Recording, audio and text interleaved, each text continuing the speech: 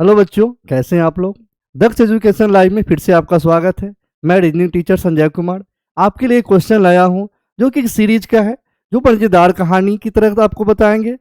इसमें इसका शीर्षक ही है कहानी का, मैथ है जीजाजी और रीजनिंग उसकी साली। अब कैसे हुआ सर इसकी रीजनिंग साली और मैथ जीजाजी, तो एक क्वेश्चन आते हैं जो कि आपके सीरीज का क्वेश्चन आपके बोर्ड पर दिख रहा होगा। अब देखते हैं कि सर इसको मैथ के नियम से आप बना के दिखाइएगा। तो देखिए, मैथ से अगर बनाते हैं हम लोग तो होता क्या है, जैसे इन दोनों का अंतर निकालते हैं तो डिफरेंट दोनों का हो गया यहाँ पर 11 का। फिर यहाँ पर हम लोग आते हैं, अगर इसका अंतर देखते हैं तो सर यहाँ अंतर हो गया 31 का, और यहाँ पर देखते हैं सर माइनस हो गया 48 का। अब तो सर यहाँ पर 11 था, यहाँ पर 31 है, यहाँ पर 48 है। अब तो कुछ समझ में आ नहीं रहा है कि कैसे सर ये होगा।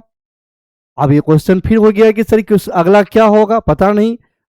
तो अब इसके लिए क्या हुआ कि क्वेश्चन है जिसमें कहा गया है कि बोला कि अब मैथ के नियम तो हम तो लगा लिए लेकिन बना नहीं, तो अब इसको हम रीजनिंग की तरह बनाते हैं। तो इसमें कहा गया है, अब इसको कहानी को बताते सर कैसे मैथ हो गया जीजा जी, रीजनिंग कैसे हो गई साली।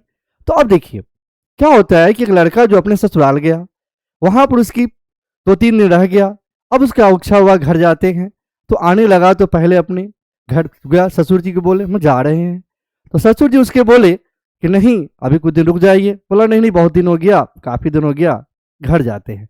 फिर सासू माँ को बोली कि जा रहे हैं मम्मी जी। फिर बोले कि नहीं नहीं अब 2-3 दिन रुक जाइए तो जाइएगा। फिर बोले कि नहीं नहीं काफ़ी दिन हो गए हम तो जा रहे हैं। फिर आया साला का बारी, साला ही बोला जीजा जी रुक जाइए। बोला नहीं नहीं रहने दीजिए हम जा रहे हैं। अब गया कि लास्ट में साली की बारी। साली जैसे बोली जीजा जी कुछ दिन और रुक जाइए ना। अब जीजा जी को क्या मजाल है कि वह घर जाए, जीजा जी रुक गए। तो इसीलिए कहता है कितने भी अकड़ू से अकड़ू अगर जीजा जी हो तो उसकी अगर साली आती है तो एकदम नॉर्मल डाउन हो जाता है।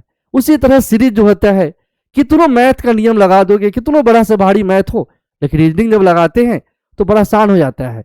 अब इसको हम रीजनिंग की तरह बनाते हैं, मैथ की तरह देख लिए कि नहीं बना क्योंकि अकड़ू है मैथ एकदम। तो अब इसको देखिए, रीजनिंग कहती है कि देखिए अब आप तो मैथ की तरह हो गए, अब हम इसको अपनी तरह से बनाते हैं रीजनिंग की तरह।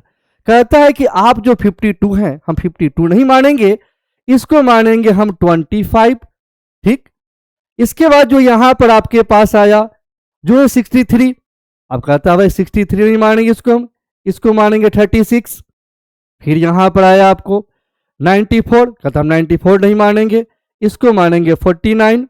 फिर यहां पर आया आपका 46। अब कहता है इसको हम 46 नहीं मानेंगे, हम इसको मानेंगे आपको 64।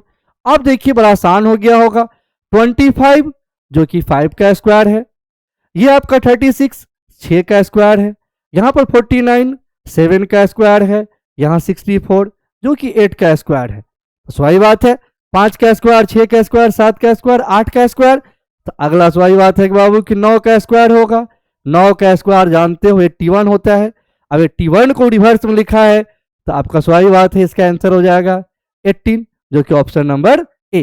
तो देख लिए कितना से बड़ा मैथ वाला हो और उसका रीजनिंग जब लगता है तो कितना आसान हो जाता है। इसीलिए कहा गया है मैथ है क्या जीजा जी, रीजनिंग उसकी है साली।